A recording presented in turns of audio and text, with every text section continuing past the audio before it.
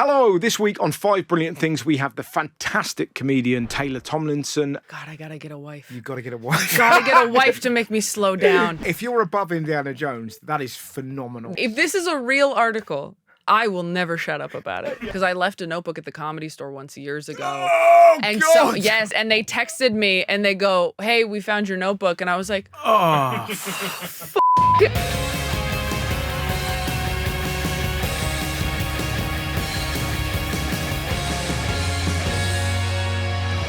Taylor Tomlinson, hello. thank you so much for coming on the show. Thank you so much for having me. I was trying to think, because I did like a talking head Yes. show of yours. Did we ever meet? No. We didn't. I couldn't remember if I had spoken to you on the phone or Yes. if that was just a producer or anything. We had an Instagram direct conversation. That's what it was. About Vicks Vapor Rub.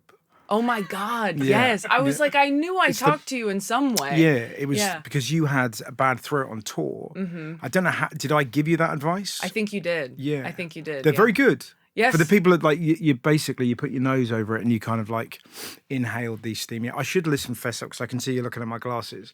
I'm aware that I've broken my glasses. I didn't even notice, Good. to be honest. It gives off an energy. Do you know what I mean? Of like, but I can't wear contact lenses, and I wasn't sure whether you were looking at it going. Well, you're successful enough that anything weird you wear looks like a choice. Yeah. So from far exactly. away, I was like, well, there's just a bit of brown in those. Yeah. Yeah. But it does look like, oh no, these are my special glasses. Yeah. And I can't like, and it is that thing. Well, okay, well he's got money, so he must need those. Do you know what I mean? And, He's trying to look down to earth yeah, or something. yeah, exactly. Just deliberately ripping my own clothes. But I'm excited about this. I'm really, I don't normally do this, but because you were late, Well, the driver that you booked was late. Oh, really? Yes. Okay. Oh, do we Well- not know this? That's why we were late. We were out there waiting. Oh, really? Yes. Oh, I It took a apologize. minute. But, late to the hotel I booked, which may have been hard to find. So, back to my fault again. Okay. If we go far enough. Wow, how long have you been in this country? And you're already apologising for something that was my I feel fault? very at home here. Oh, do you? Yes. But no, the driver was late. We were downstairs. How do you react to seeing London in this level of heat? Oh my gosh. I mean, I'm used to the heat. Yeah. The difference is we can't walk around in LA. So when you're walking everywhere, I mean, like I'm wearing track pants. I never wear track pants. I've never worn track pants before this leg of the tour, because the last time we toured internationally over here was 2 years ago, and it was in the spring. So it was lovely. Yeah. It was like 72 max.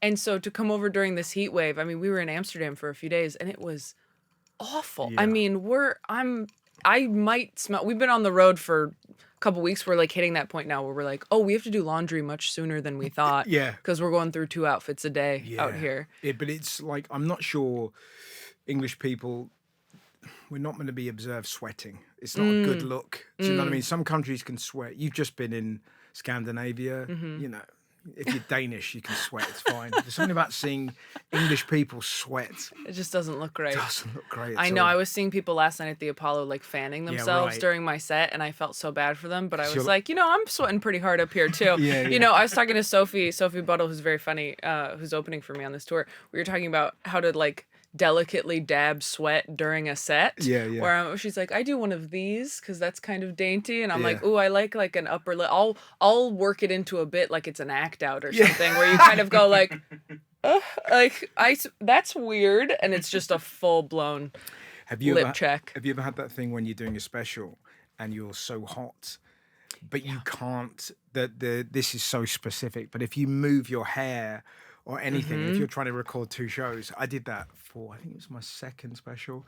You messed up continuity. Randomly put my hand through my hair, and I had all these. I'd done it right in the right show. So 1 minute my hair's like that, and then suddenly. And you just go in, it just looks fucking mental. Well, my first special, my upper lip was sweating so much they had to go in and fix it digitally. Wow. Which I was like, after that, I haven't been nervous about lip sweat in the last 2 hours, because I go, well, they can just do their movie magic and blur it. What a wonderfully specific job. Yes. Isn't that? Yes. Do you know what I mean? It's very relatable, what we're talking about, I'm sure. Yeah. But how that, like, to know that, I mean, that is a deep level of expertise, but you can get rid of top lip sweat. Yes, but I didn't know beforehand. I mean, I felt like when I did my first special, I had no Which idea. is incredible, by the way. Oh, thank you. That's so nice. They're all great, but I remember seeing it just going, because you were 26 when you did it. Yeah, I think I was like a week after my 26th birthday, yeah. So good and Thank so you. composed and so, like, I also sort of started young. Yeah, you started 18, right? Yeah, but when did you start? I started when I was 16, but I was in high school, so you're like, what? But it's so funny just seeing how you're so fully formed, it's so well written, you seem so calm. And who knew that your top lip was fucking terrifying? Because that doesn't come across at all. But it's the idea, you're like, my God, she's so self-assured. Oh, that's so nice. But all the worry is there. Well, and I also didn't know that they could edit it. I thought you just had to nail it. And you're like, one of these shows has got to be it. Yeah. And so then after the fact, to find out you could have like been stopping down and restarting and going, let me take that again. Like there was I was so locked in for that one. Yeah. In a way that I haven't had to be. Afterwards. Let's talk about things you love. What is the first brilliant thing? Oh, okay. So I've listened to a bunch of these episodes. I thought we had to bring in physical objects. Okay. And I was like, I don't know if I have room in my suitcase to do that. But what I love about that is I had a sneak look. One of your things is siblings. Yes. And you brought one of your siblings. I did bring one of my siblings. Pretty as proof. impressive. Yes. Yeah. Well, yeah, let's start with siblings. Let's start with a very sincere one. So the first thing I put in was my siblings. And that is my more like, I'm going to put in something I obviously couldn't take with me. But Bryn, my sibling who I have with me here, I've hired to work for me like a year ago. I know. It's so amazing. And it took a couple years to convince them to do it because which is because they know you. They know me. Exactly. Yeah, exactly. It's like you're a monster. Yeah. But that's the thing. It's like everyone knows you're really, really funny, but they only spend an hour and a half with you every night. I know you. Well, the two of us are so close and we've been best friends since we were kids. And so I think that they were trying to be protective of our relationship, and they're very thoughtful and intentional about everything they do. They're so much more mature than I am. And I'm not just saying that because they're in the other room listening. Hi, Bryn. But I think it's a great sign that it took a while to convince them because hiring family can be sort of complicated, and I had no worries at all about it for even a second. But I have two other siblings, my brother and sister, who also live in California. And are they on the payroll? Well, they're not on the payroll. No, not yet. But they're 6 and 4 years younger than me. We're every 2 years. Okay. And so the four of us are very, very close. And they definitely are like the most important thing in my life. And as the oldest, which you wouldn't think I was the oldest because I have this job where I need so much attention on top of being the oldest. But as the oldest, I feel very, sort of, I have like a parental role, but I also desperately want to be their best friends because I think they're all so cool.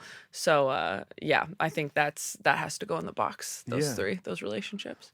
I mean, it's difficult to ask if you have a favorite because it's so. Of course not. Okay, we're all different. Yeah. I mean, I think they're just amazing. Like all three of them are people that I would truly want to be friends with if I wasn't related to them. Yeah. And it's really difficult to, like, do you have siblings? Yeah, I have a brother and a sister. Are you close? Very close, yeah. And it's exactly that of like particularly if you're a comic, the level of in-jokes that I have with my brother that go to such a specific different realm. Yes, we never work on stage. Never. Yes. But we had this thing the other day, and so I'm 45, Daniel is 43, and we went to this vineyard. This guy's doing this talk, and my dad is there, and he's asking pointless questions of this guy of like, how old are the grapes? How much do you have to squeeze the grapes? Yeah. How much can you get? You know what I mean? Like so specific. And then me and Daniel at the back kind of go, do you have a favourite James Bond? Or like mimicking my dad and making each other laugh so much. Maybe it's because of the job that we do. There's something so lovely about kind of one word takes you back to being 15 again. And it is even like a delivery, I think. Yeah. Like, do you ever find yourself on stage saying something in a way that you would say to your siblings? It's kind of like that delivery. And when it works, you're like, the two worlds meeting. Yeah. Were you always funny? Like so it's four of you. There's four of us and everyone's hilarious. Yeah, but you you were kind of making each other laugh like loud kind of. Yeah. Yeah, I think so. I mean, I truly think any of them could do stand up. My youngest sister, youngest sister I tried at one point to go, you could maybe, and they're all like, we're good. We don't really Yeah. have the same wound that you have, Yeah. seemingly. We're going to Yeah. go to school and finish. Yeah. So I couldn't convince her to do it, but I really think any of them could. They're all very funny. They're all funny in different ways, but also, I'm sure you feel this way with your siblings as well. When people meet us, or when people meet your siblings after knowing you for a while, they go, oh, that makes sense. Yeah. Like, oh, you're the same. Yeah. Even if you don't even necessarily look much alike. Like, they're like, oh, you have the same mannerisms and you speak the same way. But also, it's such I'm just thinking about you and Bryn. You're going to all these places. We're talking about like Rotterdam, Copenhagen. Is it the first time you've been to these places? It's the first time I've been to, on this tour, Copenhagen. But what a shared experience. Oh, I know. It's mad. But to be, taken out of Taylor Tomlinson, the stand-up, to then be talking to your sibling and just go, oh my God, look at us here. There's something really special about that. So have you insisted that Bryn learns like Danish for the tour to administer this thing? Well, yes. Satan! That's that's the only Danish I know. What does it mean? It means, oh bloody hell. Well, we asked our driver when he was taking us to the hotel in Copenhagen. I said, is there anything we should know how to say in Danish as Americans? And he only taught us how to say thank you, which I felt was a bit passive aggressive. Yes, So yes, you should just be grateful you're here. How about that? It's a tusen tak, isn't it? They told me it was talk. Talk. Because he said like TikTok. Really just dumbed it down for us like crazy. Yeah. TikTok. TikTok. So it's just the second half of that word you already like. Yeah. Oh God, I'm having palpitations now. I thought it was tack. I've been ruining it. Yeah. But it's also so helpful, I think, to have siblings you're close to. Because where are you in the birth order? I'm first. You're first as well. Okay. So I'm sure. I mean, because you got successful pretty quickly, right? Pretty young. Ish. Yeah. Ish. Dan's nodding. Well, but it sort of means like success. Like, so I felt successful when I was 20. So I was getting paid to do comedy when I was 21. Exactly. And it felt like, but it wasn't like, sort of that's TV or anything. But it was like I can pay my rent. Yeah. With jokes. Which is crazy. Crazy. And I'm sure, sort of being on, like, when were you on TV and stuff? Like 24. Like 24, exactly. Like so early. And I've had sort of a similar trajectory, and I think it's very helpful to have siblings right there to kind of remind you, like, you're fine. Yeah. Yeah. I know you're on TV, but you're fine. Okay. Yeah. Don't get too excited, but also very support. They're all very supportive, but it's just helpful to have close friends who've known you your whole life. Yes. And I do have close friends from school as well, but just to have people who have been there since I was, before I was on TV or whatever. Exactly. It's helpful. And it's just, have you ever been to like crazy showbiz parties and invited somebody that you went to school with? I don't think I have ever brought someone I went to school with. It's the best. Because they're just like... Just because you're then, you're living through them, and you just have this kind of comfort blanket that you get. It's like, I've only been to a few, but I've been to some mad parties, and you can't find somebody at these parties to turn to and go, this is mad, isn't it? Yeah. Like, do you know what I mean? Right. Because it isn't mad to any of them, but you're like, that's Harry Styles next to Stephen Hawking. Right. That's mad. It's nice to bring people where they don't belong. Right. Do you know what I mean? And just, and then it just becomes part of, your shared experience again. Can I just ask, the party you went to where Stephen Hawking was there, what island was that? It wasn't an island. It was, and you know exactly where it was. But yeah, that was that list never comes out. Hey, that was the headline no one saw coming, wasn't it? in like Stephen Hawking was at Epstein's Island, and you're like, nah. And then there was the photo, and you're like, well, all right. Yeah, exactly. Of all the people, but I think my mum was talking about that. Do you know what was he doing there? I thought you were gonna say, I think my mom was there. Exactly. Yeah. I saw a photo of her, and I thought just that looks familiar. Just in the background. I'm just here to scuba. Your mom kind of wanders in places. And you go, so did I. Imagine that. Imagine if you photobombed that and forever it's just you done. You just go, my mom gets lost. Yeah. My God. You started doing stand-up when you were 16. Do you have any footage of that? Unfortunately, yeah. What is it like? It's in a church, Okay. and it's very blurry and blown Right. out. That's not true. I actually have some that you can see me pretty clearly. I've posted some of it, and I Yeah. think I'm maybe like 17 in it, and it's very self-deprecating because I was very insecure and self-loathing and scared.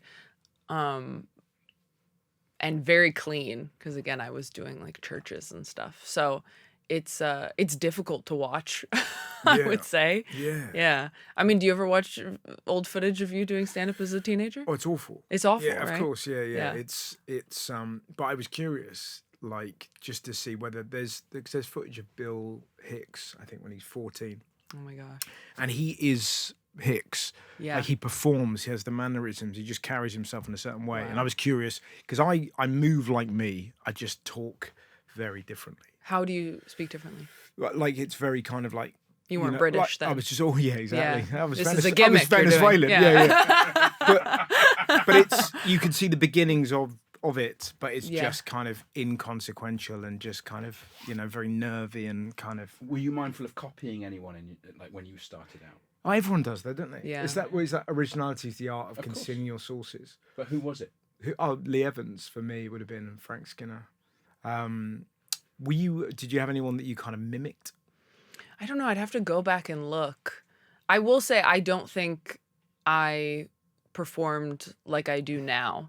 I think when I was first starting out, I mean, I had terrible stage fright. Like I was I was physically ill for days before going on stage. Wow. And that only So what made you get over that? just going up every night. So once I was out of school, then I was in a position where I could go up as much as possible, with college and a job or two at times. So I was going up maybe like 5 nights a week. And once I was up like 5 nights a week, if you bomb, you go, all right, well, there's tomorrow. Yeah. And you bomb enough times, you go, well, I didn't die, Yeah. So I mean, like, I just stopped hosting this show after midnight. I was doing this late night show for the last couple years, and I was becoming sort of worried because I wasn't getting nervous to go on stage anymore. Yeah. Because I was hosting a late night show Monday, Tuesday, Wednesday, and then I was on stage doing stand up on the weekend. So I was just on stage for hours every day to a point where I was like, I think I'm getting kind of numb, Yeah. in a way that like I didn't love. I was like kind of losing an edge. But it's so difficult to say no to stuff. So yeah. it's kind of like, you're not going to say no to doing a late night show. You're not going to say no to then doing, 8 nights in Boston or whatever. Do you know what I Right. mean? It's kind of, Yes. so it's that thing you have to kind of enforce, right? I will not do anything for 3 months and see what happens. It's kind of exciting. Yeah, have you done that? Have you done Yeah, nothing it's for slightly enforced because my wife had a son. God, I gotta get a wife. You've got to get a wife. Gotta get a wife to make me slow down. Yeah. Damn it! That, Taylor, is a title for a show. I gotta get a wife. I gotta get a wife. Do you know what I mean? Finally, a just you, sitcom. like a detective. I gotta get a wife. And that's the refrain. It's the catchphrase throughout the whole show. Yeah. And I thought to myself, I gotta get a wife. And the whole audience says it with me. What is the next brilliant thing? Yeah, the next thing I wrote down was matcha Mm. because I can't do coffee. Why? It makes my head hurt. It makes my anxiety spike. I Okay. just can't really handle it. But especially touring, being in different time zones, you kind of like, I also take something to sleep. So I'm like taking something to sleep. I'm having matcha to wake up. It's probably not the healthiest lifestyle, but because it's matcha and not coffee, I'm like, well, this is much healthier. I've tried it. And you're sort of like aware that it's good for you and you're trying to, it's a bit like kind of, as a man, kind of Pilates, it just feels like it's meant to be good, but I just feel a bit silly. You feel silly because you don't like the taste? Yeah. Yeah, I've gotten used to the taste. I like the taste now. And I mean, everything's kind of an acquired taste. I mean, like black coffee, I can't do. Oh. And you're a black coffee person? Yeah. Yeah, see, and I don't get that at all. I'm like, No. who are we trying to impress here? What are we trying to prove to anyone with this black coffee thing? Every time I see someone drinking black coffee, I'm like, we're all gonna die. You know that, right? We're running out of time as we speak. Yeah. And you're drinking black coffee? Are you all right? There's all kinds of milks now. Yeah, can you imagine if you saw that in the background of a Friends episode at Central Perk? Do you know what I mean? Gunter's making a black coffee, and you just see one of the extras go. I like the taste of matcha now, and I don't like it sweet. I do like it unsweetened, and it's like half the caffeine of coffee, and it's a more, it's a gentler sort of caffeine spike. Yeah, Okay. it's like coffee supposedly makes you go like, and then you crash, and matcha's sort of like a slower uphill and then descend. Yeah. Do you drink? I don't really drink. I had never been drunk until 2 years ago. Wow. Yeah, What got you there? I sold out 2 shows at Radio City, and I went, you know what? I think you've earned it. I think you could let loose a little bit. Yeah. And I was so scared. I gotta get me a wife. 3 bottles of vodka later. Yeah. But I'm intrigued. So you'd have been, how old were you then? Was I 29? 29. At the time? Yeah, 28 maybe. So 28. What does a 28-year-old that's 29, just sold out, one of the best theaters in the world? What do you do? What do you go to? What's your... We went to like a piano bar that played like Broadway music. Fuck me. I'm not cool. No. I've never said I was. All right? If No, anyone's no. listening at home feeling betrayed, that's on you, bitch. Yeah. But what did you... So what were... I don't even remember what I drank. Okay. I was out with a couple people on my team, and great. this is how I drink, is my friends order something, I go, what's that? And Yeah. I go, it's this, you want to try it? And I go, okay. And if I can stomach it, I go, I'll have a couple Do of you know, those. it's funny, that's exactly what happened to me. I didn't drink until I was 26, really. Yeah. And I lived with a comedian called John Richardson, who is just a spectacular human being. And what he would do, he had a really interesting relationship with booze. In our flat, he had loads of kind of like spirits, and at the end of a meal, he would look at them almost like, when they're trying to choose the wand for the wizard. He was like, which one of you am I gonna... And he'd wait till the smoke and light came in. But he would really kind of like, what am I going to... And he made it look so kind of ceremonial that I was just kind of like, I would watch him go, I wonder what he's going to pick today. Yeah. And then I'll go, I'll have a little bit of that, just because he made it look magic. Yeah. I think that's how I started drinking matcha, is because I was dating someone who drank a lot of coffee. Right. And I was like, well, I want a morning drink that's fun. Yeah. What can I do? But you have to whisk it, don't you? You do have to whisk it. Is that not a faff? Do you know what I mean? It just feels like just whisking in the morning. Shall I just explain what it is for people who may Oh, don't yes, know it's it? like green Of tea course, powder. We're in England, yes. You've got the green tea plant. They grind up the leaves into a powder using a pestle and mortar, or probably an industrial process now. And then that gets suspended in some liquid. And then you drink the powder in the liquid. Well, you put like a milk in it. Yeah. Too. Yeah. Make it look that colour. And then it's got a lot of chlorophyll in it, and it can give you a green hue to your other end. Oh, really? What? That's not true. That's absolutely true. Well, I don't know who that's happening to. I have it every day, and I'm And a perfectly normal And color. what I would down say in Taylor's defense, I don't know if you've ever been to America, but the toilets, once you've been, it's all on display. So, like, I don't know if you've seen English toilets. What do you mean? Take a shit, right? In this country. Okay. And if you look behind, you'll notice that it's popped. the shame is gone. The shame is Oh, gone. interesting. Whereas your toilets are very much ta-da. Oh. So you can think? see. Oh, yeah. Oh. It really freaks you out if you're English, because you just, you have a movement and then you turn and you're confronted with Yeah. what you've done, where, See, I'm not. To me, I'm like, that's not any of my business. So no matter where I am All in right, the world, I'm so not you're looking. flushing- you're Yeah, flushing like I'm that. reaching behind me, going, where is it? Hence you not knowing about the radiant green colour. Oh God! Oh no, you're right. Oh no. It's Okay. interesting though. So you refute that, but you were adamant. Yeah. The only thing I know that does that is beetroot. Is very much. Oh yes, And yes. until you're told, that scares the hell out of you, doesn't it? Oh, yeah, Where you're like, that's- oh well, this is the end of days. Yeah, we don't all have a doctor wife at home. Yes. To ask immediately, Yeah, I mean, darling, what's happened? Some of us have to get on Reddit. yes. Yes, but the problem with that is if you have a degree of hypochondria, your wife is She's like, well, it could be 14 things. Yes, Yeah. exactly. But is she like, it's probably nothing? Of course, every time. Okay, great. It's probably nothing. Relax. Yeah. And that doesn't help me. Yeah. Of course, she's like, it's probably nothing. Okay, well, we'll go and see what the internet says. The internet says it is something. We'll see what my mistress has to say. Oh yeah, good Lord. Definitely. Do you ever cheat on matcha? Are there other drinks that you have? Have you ever had a bubble tea? I have had a bubble tea, but you can't. To me, a bubble tea is like a frappuccino or something. It's like we're having a. It's a pudding. Yes, exactly. It's a lovely, dessert in the middle of the day, but they are great. Yeah. Yeah. It's sort of that thing of I feel like I've no business going in a bubble tea shop. Oh yeah, you're in your 40s. Yeah, Grow you up. get to a certain age, as a man, you sort of think, and you can't ask them. Yeah. But it just feels like it's a whole realm of and it just wouldn't pass muster. Go, no, I'm looking for observational comedy. Yeah. How are you? I'm doing a bit. I'm very successful. Yeah. And they're like, we're 14. We don't know. I want to know how people live. So everyone act normal. I don't know if you noticed, my glasses do have tape on them.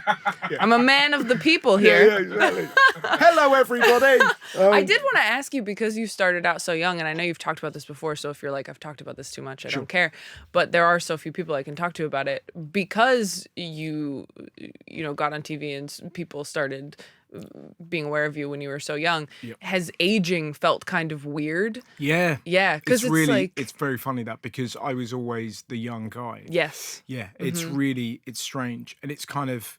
My theory is... Do you want to hear my theory on it? I would love to hear your theory. I think we all stay the same age comedically that we were when we started doing comedy, to the minds of people. Do you know what I mean? So, in the minds of people. Yes, so I thought you meant just personally. I said, I fucking hope not. No, but do you know what I mean? But you're probably seen as, that's right. Taylor. She's 26. I do think that's true. Yeah, I think a lot of people. And it kind of doesn't matter. Like, it's slightly different with your fans, but the sort of perspective from the outside is always like, that's that young girl. Yeah, I think it's taken a while people still say to me, like, how old are you now? Like, that kind of happened for a long time, because I thought that would stop much sooner. I got to, 26, 27, and I thought, well, no one's going to ask anymore.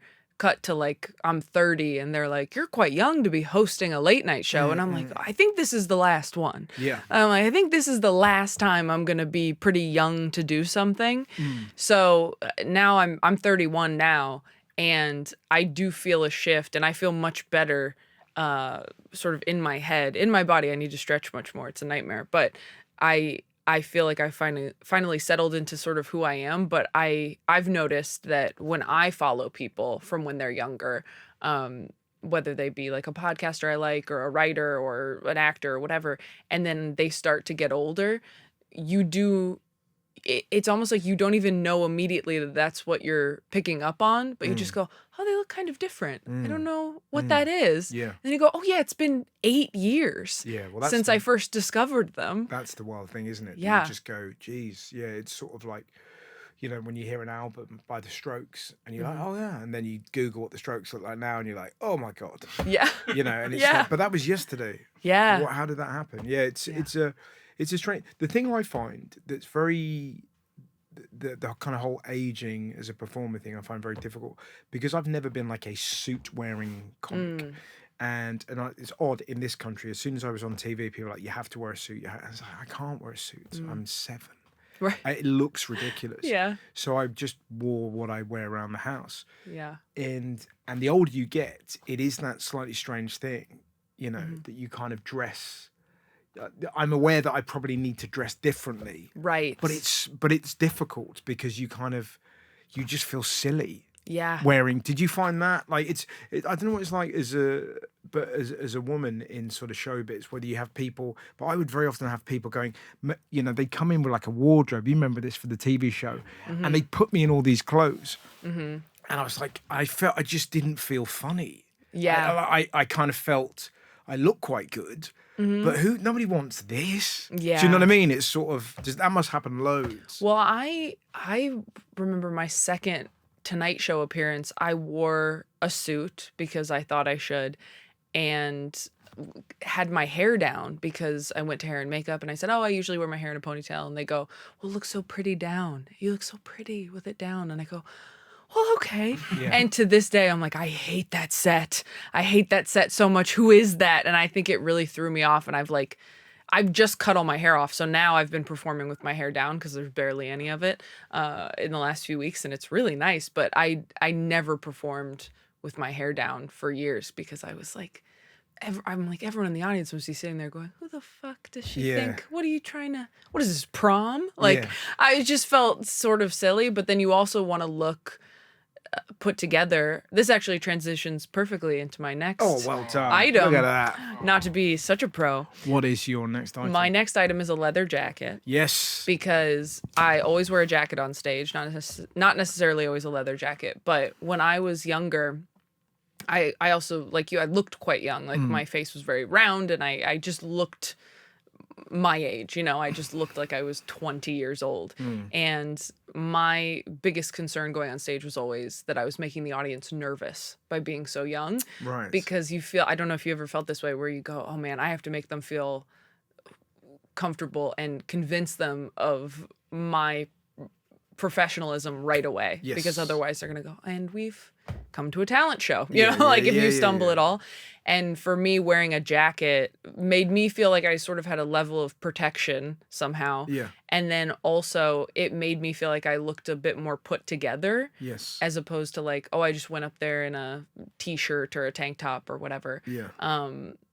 Without wearing like a suit or something or trying to like get all dolled up. Well, that's it, yeah. But it's funny, isn't it? And then it becomes part of your armory. Yes. And it's the idea of like I would never, ever, even in hot weather, do a gig wearing shorts. Never. Like, oh my gosh. You know what I mean? It's like, it just doesn't feel right. No. And the audience can wear shorts fine, but there's a certain way you have to be. Yeah. But leather jackets, I think as a male comic, wearing a leather jacket, it gives off certain vibes. Like Andrew Dice Clay. Yeah. Yeah. But you know what I mean? It's kind of, you sort of...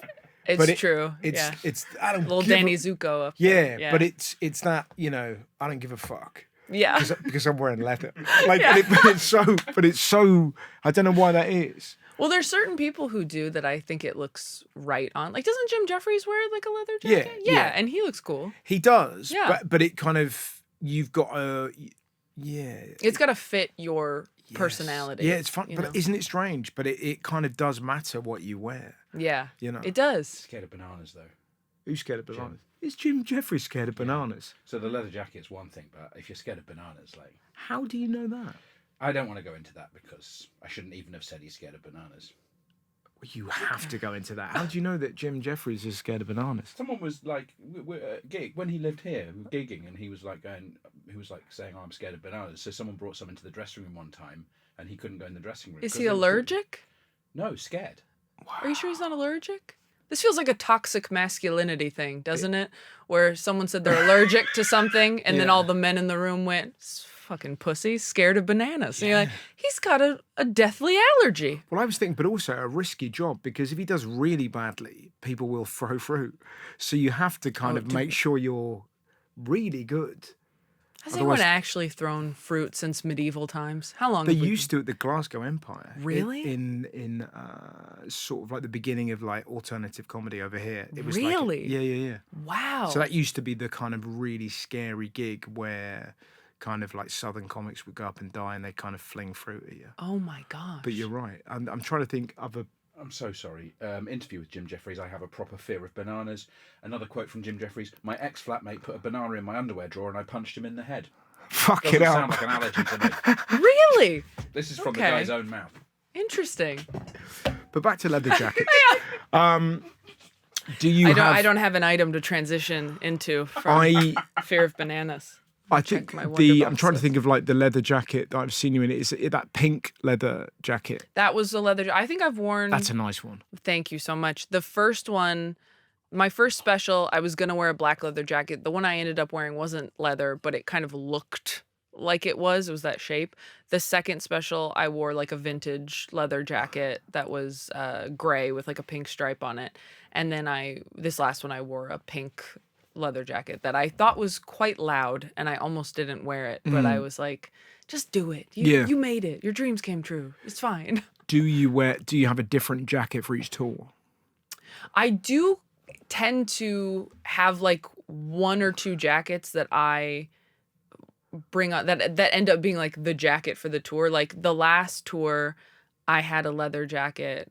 I don't think it wasn't like real leather, but it was I just really liked the fit of it, so I bought like 4 of them. Yeah, correct. And just wore the same outfit Yes. every single night, because my first theater tour, I was like, you need to wear a different jacket every single night. Like, because they had all these house photographers that were coming out to shows, and they would just post all these photos of me, and I'm like, well, you can't be wearing the same thing in every single one.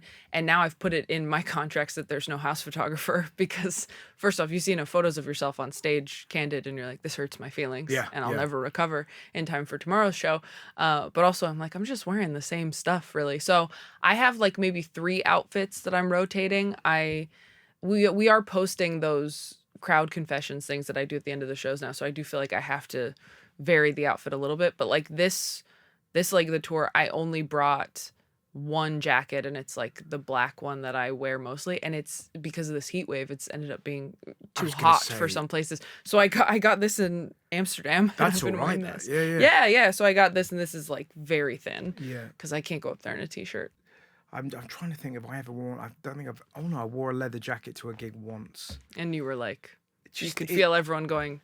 What you? Yeah. It just. I don't know. It's. But it's. For the listeners, I leaned back and crossed my arms judgmentally. She did. But it's sort of, I don't know, like as a male, I don't know what, as a male comic, there is like, yeah, kind of. I don't know why, it's so strange, but yours look cool. It's just really what looks right on you. I mean, and when you find that, I think you just stick to it in the same way, like you stop following trends at a certain age and you go, I figured out what works on me. And I've been here a long time and I'm just going to do this. I would say also as well, like women's jackets, always a very nice cut. When you pop them on, they kind of look good. Yeah. I remember an ex-girlfriend of mine, I used to wear her like sort of, she had a really nice denim jacket. I really liked it. Yeah, it kind of fitted, felt good. I do like everything's like kind of oversized right now. That trend is nice. Funny, isn't it? It's so strange how everything's come back. I love it. Yeah. It really just, it comes down to what you're comfortable in, right? And what's going to make you feel the most like you. Yeah.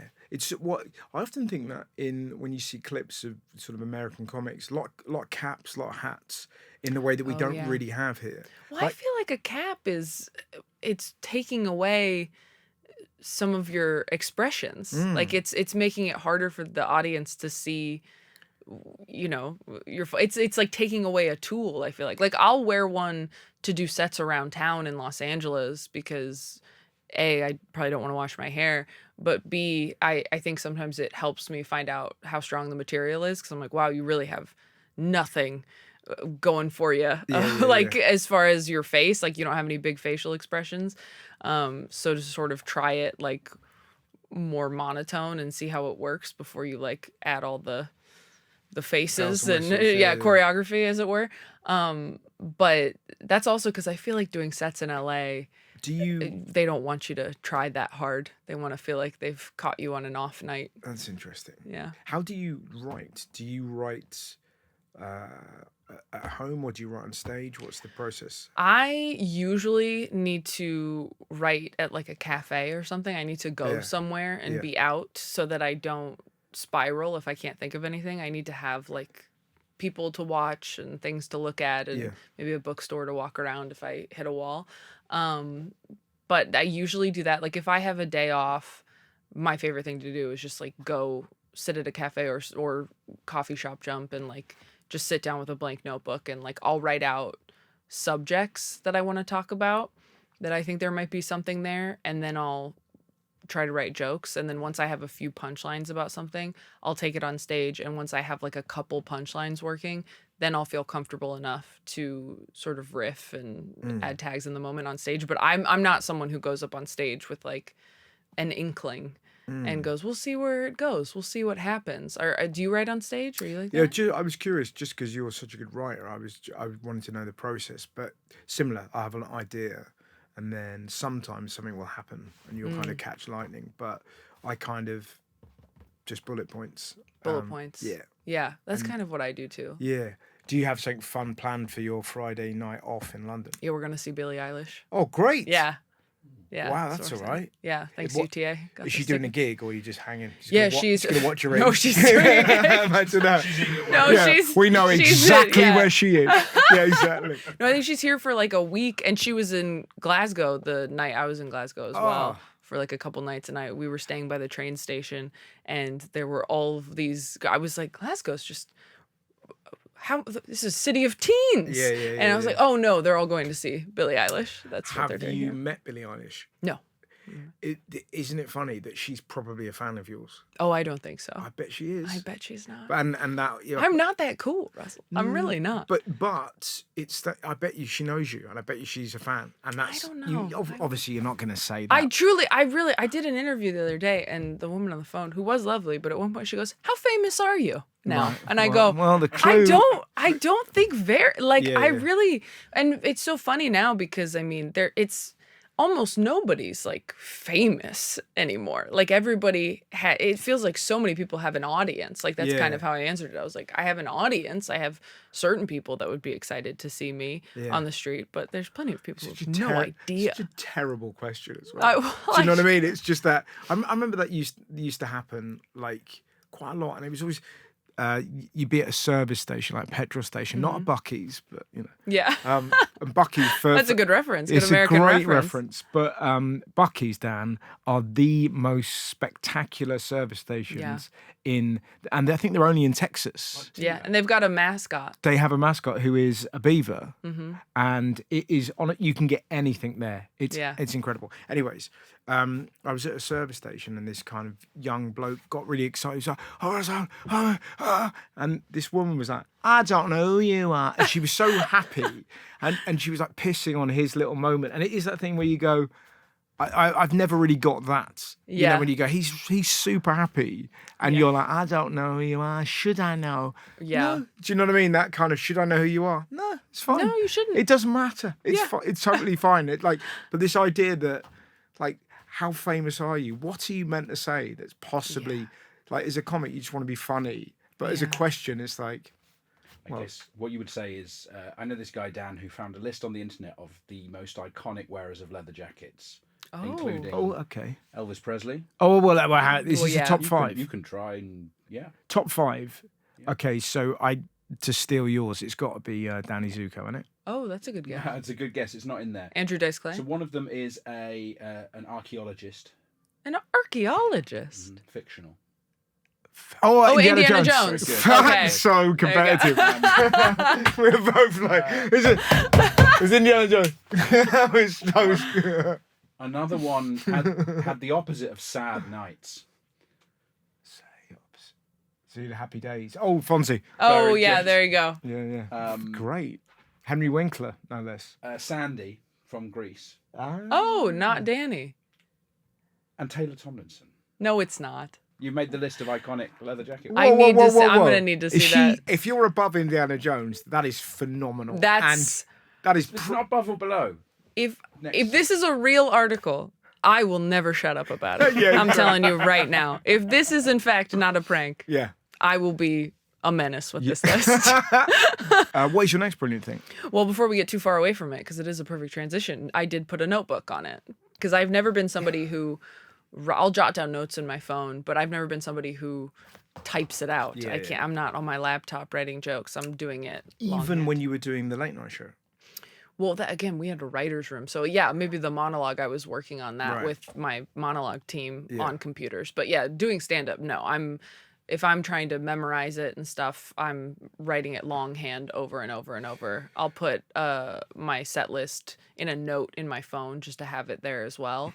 Right now I have on my phone photos of my written set list from my notebook actually. Oh, really? that I've got. I don't know why. It just helps sort of really get it in there, helps ingrain it for me. And yeah, sitting in a cafe with like a notebook, you feel like no one can see it. Like when I have a laptop out, I also feel like people You've got to be in the corner. Yeah, you've got to be in the corner, and the Absolutely. corner's not always available. So I do love a cafe. We didn't do a show there. We were like on our way to Glasgow, and we went to Edinburgh for a day because I'd never been, and I was like, let's go real quick. And some girl on TikTok had posted that if you go to the Waterstones there and you get one of the cafe seats, you can see the castle from there. There's like this great view. So I like woke up early and went right when it opened so I could get one of those seats. And I had a great like hour and a half of writing. Oh, nice. So, I mean, I feel like when you find those magical spots that really sort of unlock your creativity, you end up going back there a lot. Yeah, definitely. Yeah. Do you have a specific notebook that you always go for? Yes. So I was going to ask you this as well. Are you very picky about your notebooks? Yeah, I go for the pucker pads. What's that? So I think they're like 200 pages. They're kind of like ring binder. Yes. You kind of fold over and you can rip them out. And it's got a nice kind of That's good. very sort of academic books, I guess. Like if you were still at college, it's that kind of vibe. Yeah, And that's what I've got too. Nice thick, quite big ones. I can't really be doing the little ones. I kind of need to kind of. Yeah, I need like an in between. I need about this big. I would say like a medium size, usually black. Needs to be rings so it lays flat. Yeah. And needs to be lined. I can't be floating in outer space. And do you have different kind of pens, or do you know? Because I'll very often I'll have a red pen and kind of arrow something and then try and move that there. When I'm in the building stage, like right after I've filmed something, I will have, pages and pages of jokes to try. I'll usually go up with a notebook at like Largo in LA or something and try everything. And then afterward, I will go through and highlight what worked and then move the highlighted things to its own set of pages and kind of just keep doing that until I have what appears to be a set list. And then when I'm building the hour, I make a set list. I highlight by like subject, like the chunks that kind of go together. So sort of like a string of, because I need transitions to like remember. Like I don't know how people go up. Imagine doing one night with 300 one-liners. No, I don't know how people Insane. do that. It's the memory they have to have is crazy because I need like, okay, 2-minute bit, 3-minute bit, clear transition, 2-minute bit, 3-minute bit, clear transition. So then I'm sure this is all very boring to listen to, but that is how I build a new hour. And I kind of keep going back to that master list and like, sort of inserting new things into where it needs to go. Have you been to a Ryman's? No. So that is a stationary place in the UK. And it'll Bryn, write it down. yeah. Ryman's. We gotta Bryn, go. seriously. For real. It's they're very special places. Okay. Yeah, full of students and comedians. I'm so excited. But it's just every kind of stationary paraphernalia you could imagine. Yeah. I'm so excited. Yeah. I have pen.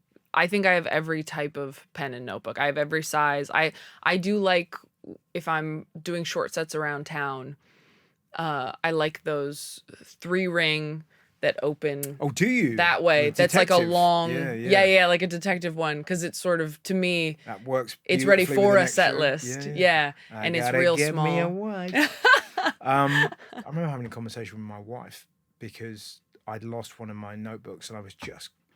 She said, what's wrong? You get it back, and you're like, no. That's got the stuff that didn't make it. in Yeah. there. And it's such a. It's so vulnerable. But vulnerable is the word. But they're these. It's like a just diary. Insane, I'd rather leave my diary. Like mind journals where you're just like, ugh. Yeah. But it's so lovely. Just kind of that. Just being able to write it down. Do you have like those techniques? What is it the morning pages that people do? Oh yeah, I did you ever morning do that? pages for a while, Yeah. but I'm pretty bad about it. Yeah. I saw somebody on TikTok say something about like, if you read my diary, you'd think my life was horrible because I only think to journal when things are bad. Yeah. And so I think I'm probably guilty of that. Like if things are really good or really bad, I'm writing about it, but otherwise I'm not making sort of more mundane lists of things I did that day. Have you kept any of the notebooks? Oh yeah, I have like every notebook. Same. It's crazy. When when the fires were happening in LA, I was like, oh, I guess these are the things I care about. Like when we were getting out, I was like, I guess these are all the things I'm packing. Yeah. Yeah, but it's so many. It's hilarious, isn't it? Like, oh my gosh. But I think you'll be interested in, like in about 40 years' time to then go through them. It'll just be like hieroglyphics that only you will be able to understand. Right. Do you know what I mean? That you go, Thank God. Yes. Yeah. No, I've thought about, getting worse penmanship so that if people do find it is impossible to read. Because I left a notebook at the Comedy Store once years ago. Oh, And God! someone Oh, found God! it and they texted me and they go, "Hey, we found your notebook." And I was like, Oh, "Fuck!" And Why I is had to that go the back most and get it. that- It was horrible. who? One of the door guys found it, and I can't remember God. who now. But I was. Who was on that night? Horrified. Was it the kind of people that you'd be worried to find your notebook, or? It wasn't it wasn't like someone who had been on the lineup. I think it was someone who worked at the store who found Right. it. So probably still a comedian. But I can't remember who it was, but I know that I was mortified. Yeah. And I was just like, "How did you know it was mine?" It's like, cuz he said all the stuff on stage, maybe? Cuz context clues. God. But My also God. for people to find out, I don't know why. It's also embarrassing for people to find out what you think the most important words are in a joke.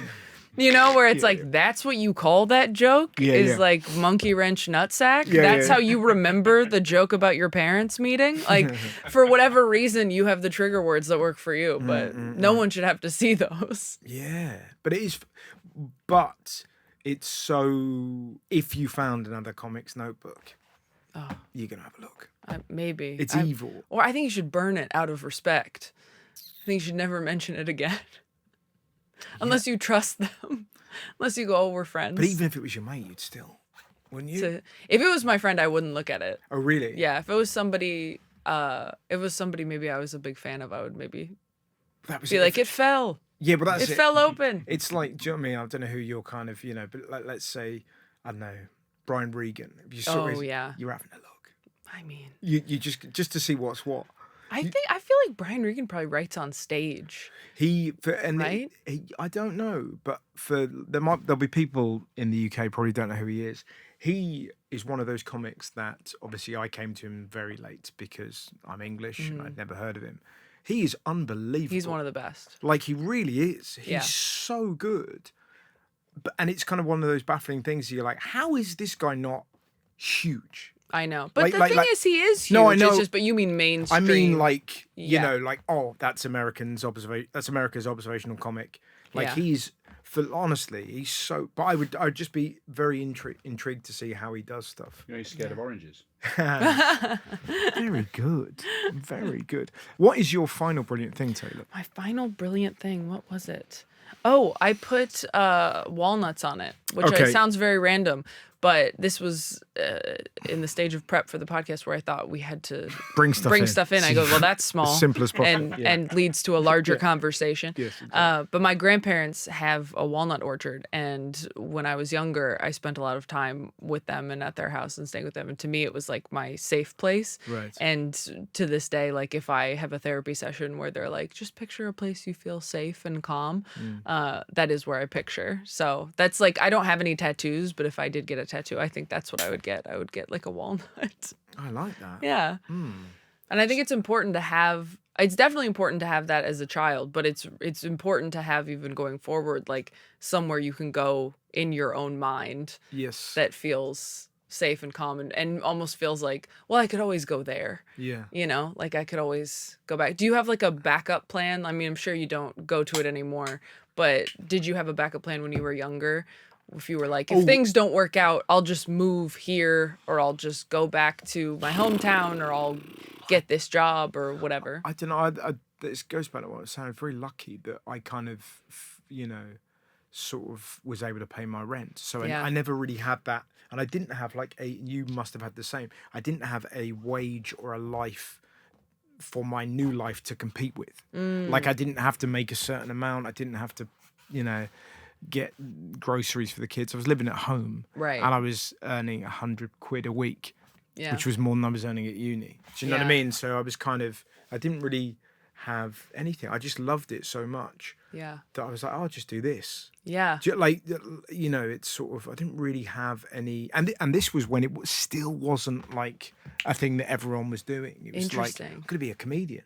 What? Wow. That's really impressive. I mean, I was during COVID because my first special came out a week before lockdown. Yeah. So I, Like, What does but what did that feel like? Because to put that into context, that it's like when you get to do a Netflix special, it feels like, particularly, you're an American, it feels like this changes everything. Yeah. I will And it now, did. of course, but Yeah. but to then not be able to go out and do sets off the back of that. Well, you have no idea. You have no way of knowing. Like, the only thing I knew is that I had quite a bit more followers on social media. And I was like, that's great, but I don't know if this is going to translate into ticket sales. Yeah. And I didn't know for months and months, Yeah. and I wasn't really seeing anybody. I think like our Wi-Fi went out and I called and they recognized me and I was like, oh, okay, that's kind of funny. Yeah. But I mean, when I started doing clubs again at much lower capacities, we were like adding all these shows, and a year later I was doing theaters, and it was so much faster than I thought it would be. But when we initially went into lockdown, I thought, well, I missed it. That was my Yeah. chance. And first off, I was like, stand-up comedy will never be a thing again. And if it is ever again, no one will remember Yeah. that this special came out. So I really was like, should I go back to school? Like, Oh, should I- really? Oh, yeah. I really was like, it's all over. Like, I did not think that live entertainment was going to come back the way it did. Because I was like, I don't know how everyone's going to get over this fear. What were you contemplating? I mean, I was like a communications major, so I don't even know what I thought I was going to do. That's what the communications is kind of the major you do when you are like, Yeah. we'll figure it out. And they go, well, you can do anything with a communications degree. And then you go, could I be a doctor? And they go, well, no, don't be stupid. Like, we can't do that, but you could you'll figure it out, So presumably you knew when you were 16 you wanted to be a stand-up comedian. I think I was so terrified of being on stage that it wasn't until I was like 18. I went away to college when I was 17 because I was quite young for my class. And when I went away to college, I went to a college that wasn't near anywhere you could do stand-up.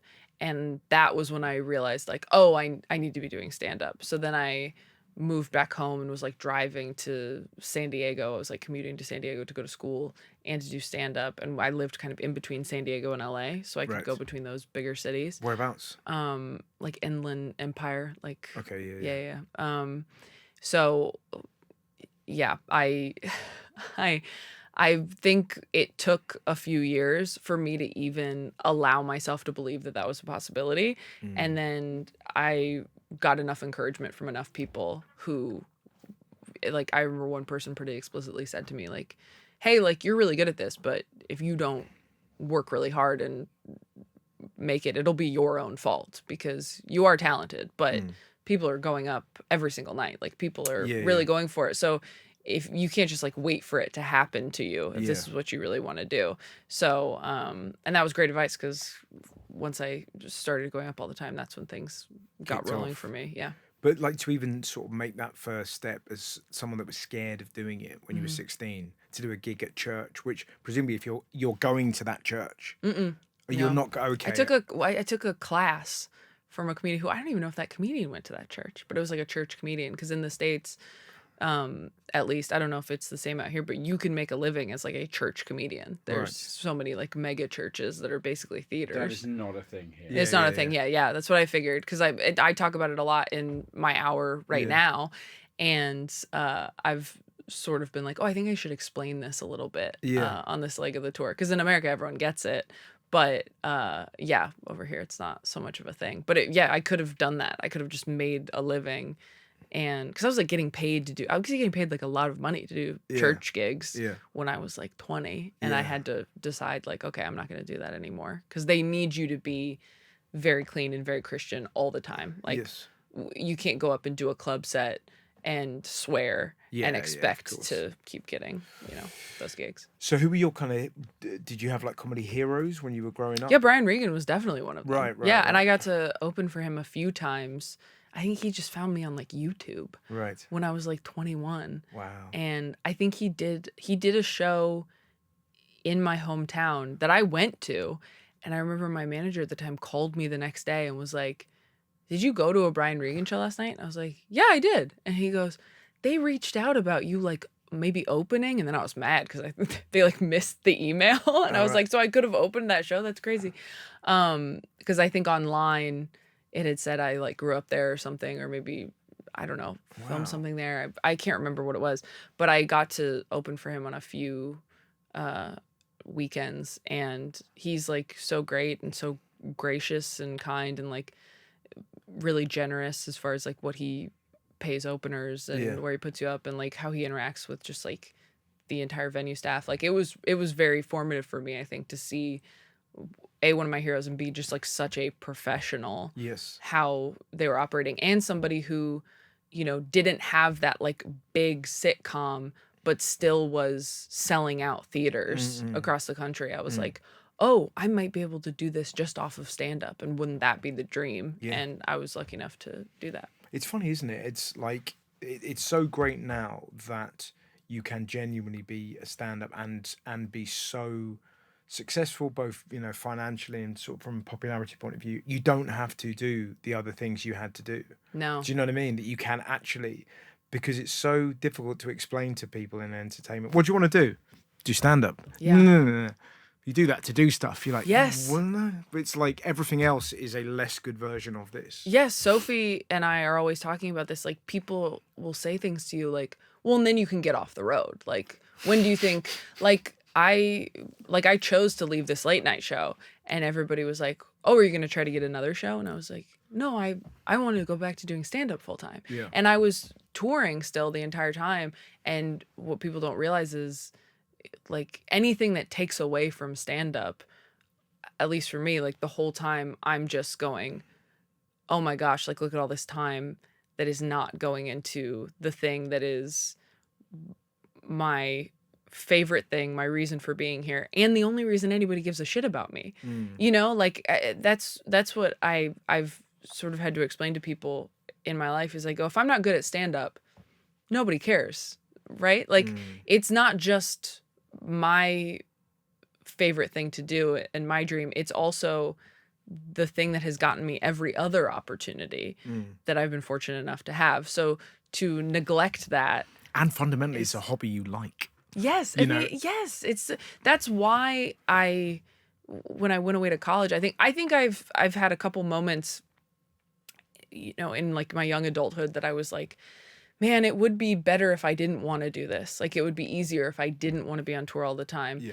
And every time I have a taste of that, like COVID, you know, I was like, okay, I was like feeling really burnt out and I needed a break. And then to be forced into a break by COVID and go, oh, fuck, sorry, universe, God, whoever, I take it back. I don't need a long break. I'm good. Like, I love being on the road. It's awesome. And that really was a moment of clarity for me. But yeah, people have been saying that to me for years. Like, so when are you going to get off the road and just do like movies and TV? And I'm like, well, I would only do movies and TV if it fed my stand-up career, if it made it possible for me to do stand-up longer for more and more people. Have your walnut growing grandparents ever seen you do stand-up? They have. They haven't seen me live in a long time. Oh, phew. But they have seen you No, live. they saw me live when I was like 10 years ago when I was doing church, because they're very conservative. They're very religious. Right. So I do think, I actually don't know about my grandpa, but I know my grandma's like watched. She's like following me on Instagram and stuff. So she sees stuff. She knows what I'm doing. And how often do you get back to the orchard? Pretty often. Great. Yeah. I try to make a point of it. I've never been to a walnut orchard. It's just a bunch of trees. Sure. And then they just pick the walnuts and then crack them, or they sell the walnuts. How does it work? Yeah, both. I think they hire people to come in, like a company to come in, and because it's quite a big job, right, to sort of sweep them all up and shell them and. How does it feel when you're there? It just feels like kind of. Yes, it just feels like your whole body relaxes, and you kind of go, "Oh, I'm 9 again." You know, like it helps me feel more grounded in my body. I think because I think when you're in show business and you're kind of constantly self-promoting, at times, at least for me, I get sort of something really beautiful about the fact that a walnut gives you the exact opposite to an anaphylactic shock. Yes. Like, do you know what I mean? That it just kind of. Yeah. Do you know what I mean? He's like, oh, it does the opposite to me. Yeah, exactly. Great. Can you get me an EpiPen? I really enjoyed that. Lovely to have. Great. Yeah. Thanks for having me. Ladies and gentlemen, the wonderful Taylor Tomlinson.